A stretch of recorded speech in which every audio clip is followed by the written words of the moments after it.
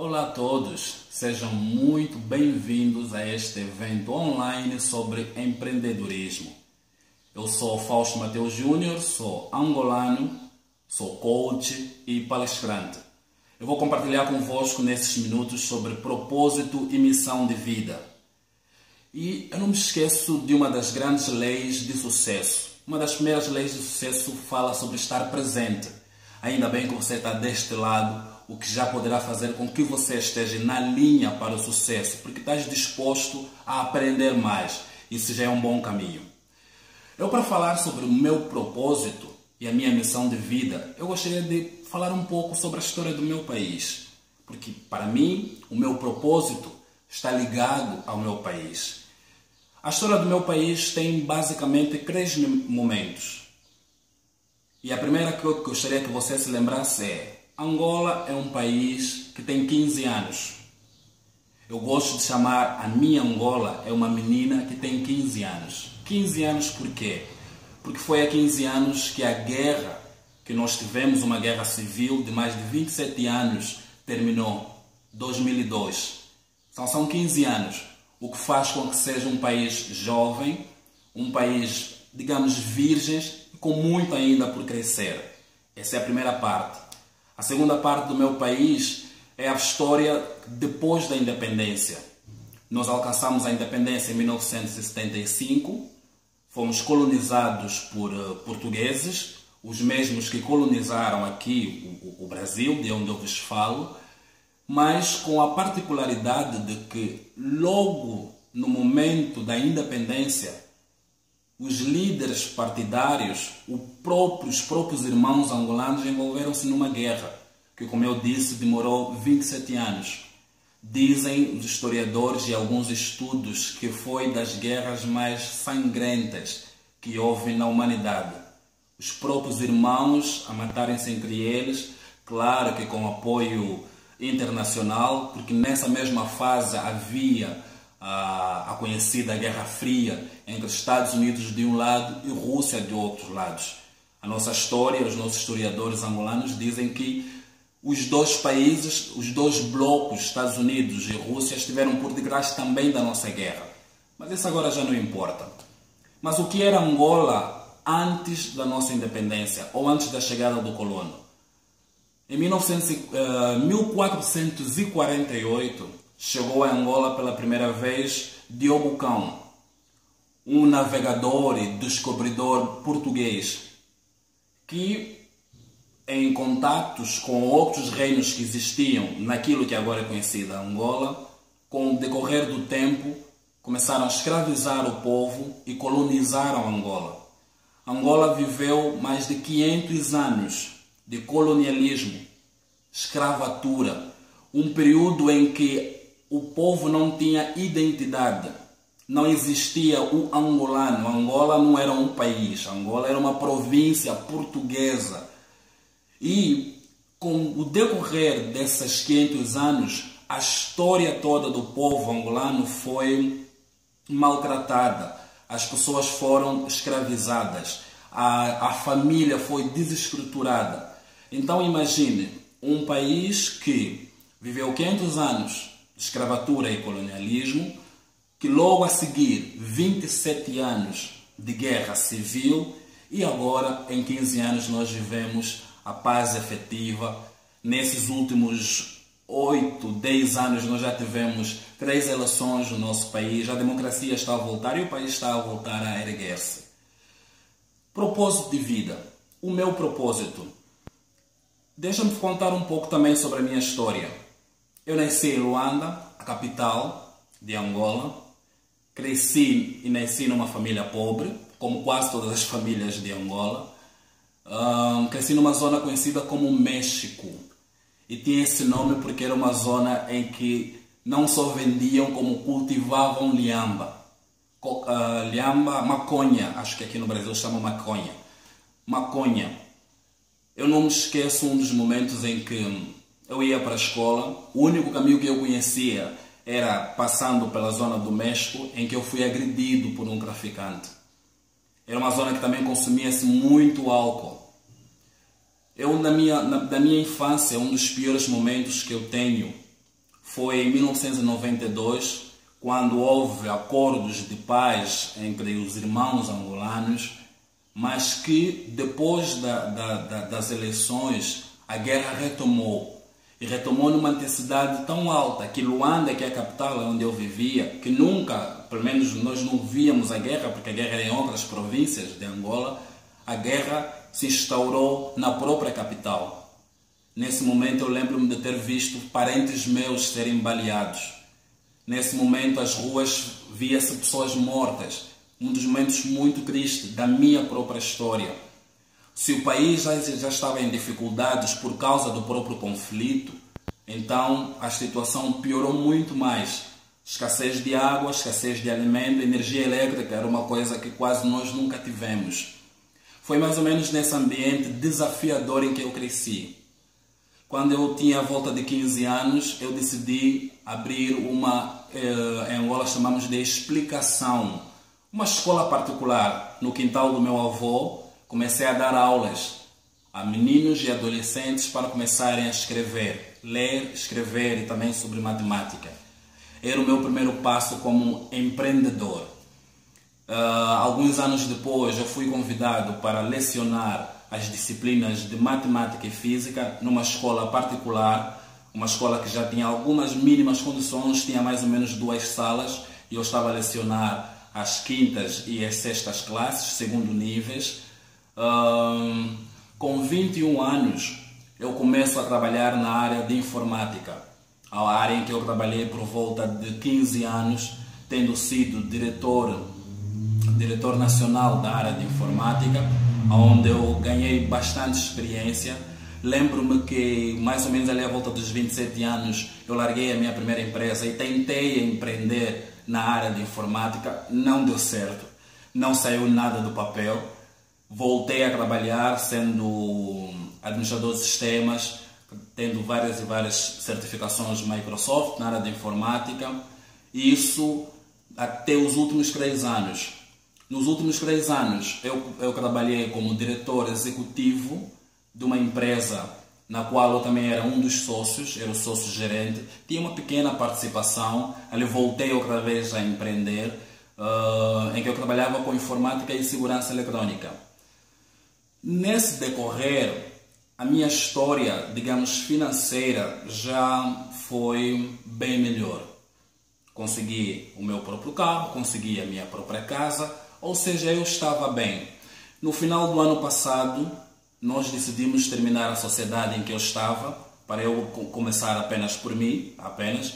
O sócio maioritário saiu da empresa e deixou a empresa comigo. Mas nessa altura, eu tinha um dilema. Porque eu ia receber valores, que com os valores que eu iria receber pela dissolução da sociedade, eu poderia ter ficado 2 anos e meio ou até 3 anos sem trabalhar, se eu quisesse. Eu estava bem. Tinha o meu apartamento, a minha vida, a minha família, mas alguma coisa dentro de mim não estava a bater certo. O que é que eu queria da minha própria vida? Tá certo, eu venho de uma família pobre, já tenho, não diria que me tornei um homem rico, não, mas já tinha um nível médio. Mas era só isso que eu queria? Qual era o meu propósito? Nessa altura eu tive um dos maiores dilemas da minha vida, que era continuar a trabalhar, parar de trabalhar, ou então pensar nos ogros. Quando nós pensamos em propósito de vida, nós pensamos até onde nós queremos chegar, até onde nós queremos atingir, quem nós queremos atingir. Por que que eu quero ser um empreendedor? Por que que eu quero ser um empresário? Para ter mais dinheiro? Para ter um carro? Uma casa? Para sustentar a minha família? Só isso? Há uma frase do Nelson Mandela que eu gosto muito, que eu vou citar para vocês, em que ele dizia o seguinte: nascemos para manifestar a glória do nosso Criador, que está dentro de cada um de nós. Conforme deixamos a nossa própria luz brilhar, inconscientemente damos aos outros permissão para fazerem o mesmo. Nelson Mandela. Quanto maior for o nosso propósito, maior será a nossa própria luz para brilhar. Eu lembro-me de uma das vezes ter ouvido um empresário em Angola dizer o seguinte: Fausto, se as pessoas, nós falávamos sobre o nosso país, as condições do nosso país, e ele dizia: Fausto, se as pessoas que devem resolver os problemas do país não o fazem, não serei eu a fazer. E estou aqui a lembrar-me que continua a ser um empresário de grande renome em Angola, com muitos funcionários a trabalharem para si. A mentalidade dele, o propósito dele era: eu vou ter o melhor para mim, eu vou ter o melhor para a minha família, e o resto é resto. Esse era o propósito que ele tinha. Quando pensamos em propósito, pense, propósito é a intenção por detrás da intenção. É o motivo por detrás do motivo. No meu caso particular, nessa altura, isso nos finais do ano passado, eu parei, pensei e refleti: tá certo, eu tenho algumas condições, tenho algum dinheiro, mas e os outros? Para quem não sabe, infelizmente, Angola ainda é número 1 na lista de mortes infantil, mundialmente. Aonde morrem mais crianças, infelizmente, ainda é Angola. Infelizmente, a nossa saúde não é das melhores. Ainda temos muito que melhorar. Tanto é assim que a maioria das pessoas que têm algum dinheiro, quando tem um problema de saúde, nem trata-se em Angola, vai no exterior do país. Mas, como eu disse, é um país que está a desenvolver-se, tem 15 anos apenas. O nosso ensino também ainda não é dos melhores. Então a situação, o ponto em que eu me encontrava era: eu tenho alguma coisa para mim, posso viver 3 anos sem chatices, e os outros? E eu nem estava sequer a pensar na minha família, na minha esposa, nos meus filhos, ou no meu pai, na minha mãe, nos meus irmãos. Eu estava a pensar em 25 milhões de pessoas que precisam mais saúde, mais educação, que acima de tudo precisam libertar-se na sua mente. Porque uma das coisas que a nossa história fez, desde o colono, há 500 anos, a própria guerra civil, foi eliminar as crenças positivas de um povo, que nós não seríamos capazes de conseguir. Eu ouvi e li muito que quando as pessoas eram levadas como escravos ou a trabalhar sobre o patrão do colônio português, eles pisavam as suas crenças, a sua identidade, proibiam eles de falar línguas nacionais, proibiam de cantar línguas nacionais, os nomes deles foram mudados. Ninguém mais era... todo mundo passou a se chamar-se João, Maria, esses nomes que são nomes mais portugueses. A história toda acabou com as crenças do meu povo angolano. E eu estava ali diante desse dilema. O que fazer? Viver a minha vida ou pensar nos outros? Qual é o meu propósito ao empreender? Qual é o meu propósito a desejar ser um empresário? Qual é o meu propósito ao desejar ter mais algum dinheiro? Foi isso que me impulsionou a parar e a decidir vir ao Brasil. Eu escolhi 25 milhões de angolanos. O meu propósito, aquilo que me move, o meu porquê, é que mais de 25 milhões de angolanos e angolanas possam ser livres nas suas mentes, possam ser livres nos seus sonhos e que cada um possa realizar a felicidade plena. Potencial nós temos, mas precisamos de certa ajuda, precisamos de certos treinamentos, precisamos de certo ensino. É isso que eu decidi fazer. Mas ali tinha uma outra questão. Se eu quero influenciar positivamente as pessoas, então eu tenho de primeiramente trabalhar em mim. As minhas próprias raízes têm de ser fortes para sustentar o sucesso que eu desejo alcançar. Se eu vou lidar com os outros, eu tenho que aprender a lidar comigo mesmo. Por isso eu decidi, no princípio deste ano, de 2017, vir ao Brasil em busca de treinamento. Por isso eu decidi especializar-me, e quando eu descobri o coach, e foi uau! Foi maravilhoso, foi o culminar de um sonho, culminar não diria, mas entrar numa profissão que eu amo, por isso eu sou coach e palestrante, mas com um objetivo primário, que é atingir 25 milhões de pessoas.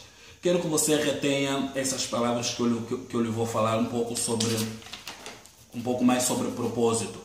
Propósito é a intenção por detrás da intenção. Propósito são causas que ultrapassam a nossa própria história. Se o seu propósito ou a sua intenção for apenas a sua família, a sua luz será pequena. Você já parou para pensar o que é que movia pessoas como Mahatma Gandhi, pessoas como Nelson Mandela, Martin Luther King? O que é que movia essas pessoas? O gênio Edison.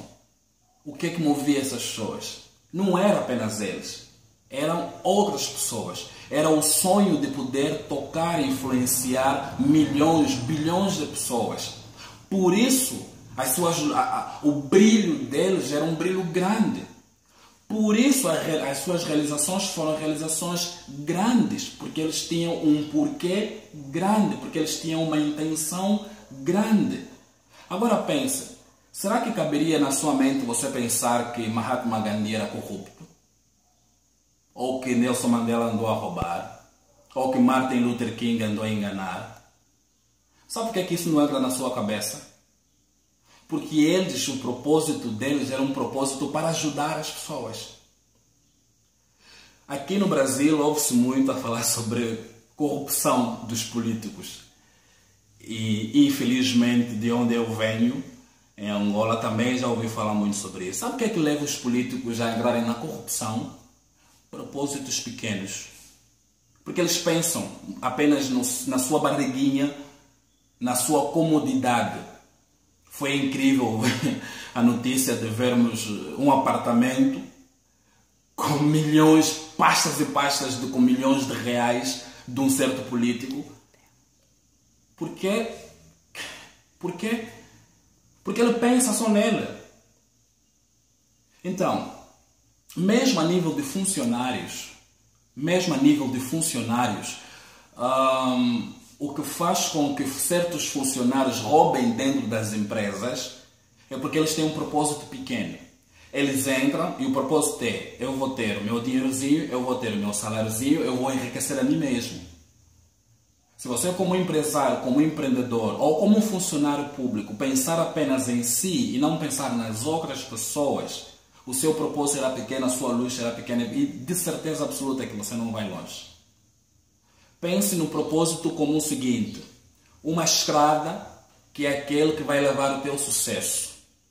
Até onde vai essa estrada?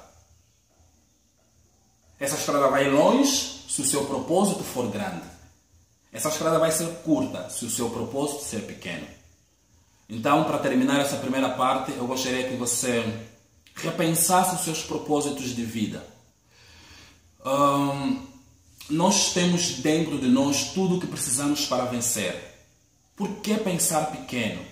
Por que pensar só em mim? Por que pensar só no meu bolso? Por que pensar só na minha família? Por que pensar na minha casa, no meu lindo carro? Por que não usar o potencial que nós temos dentro de nós para influenciar e tocar outras pessoas que estão no nosso bairro, que estão no nosso município, que estão no nosso país? Pense em um propósito que inclua quantas mais pessoas melhor. Se esse for o teu propósito de ajudar milhões e quem sabe bilhões de pessoas, você já deu um dos passos mais importantes para o sucesso. Então até já, espero por si na segunda parte desta gravação. Até já.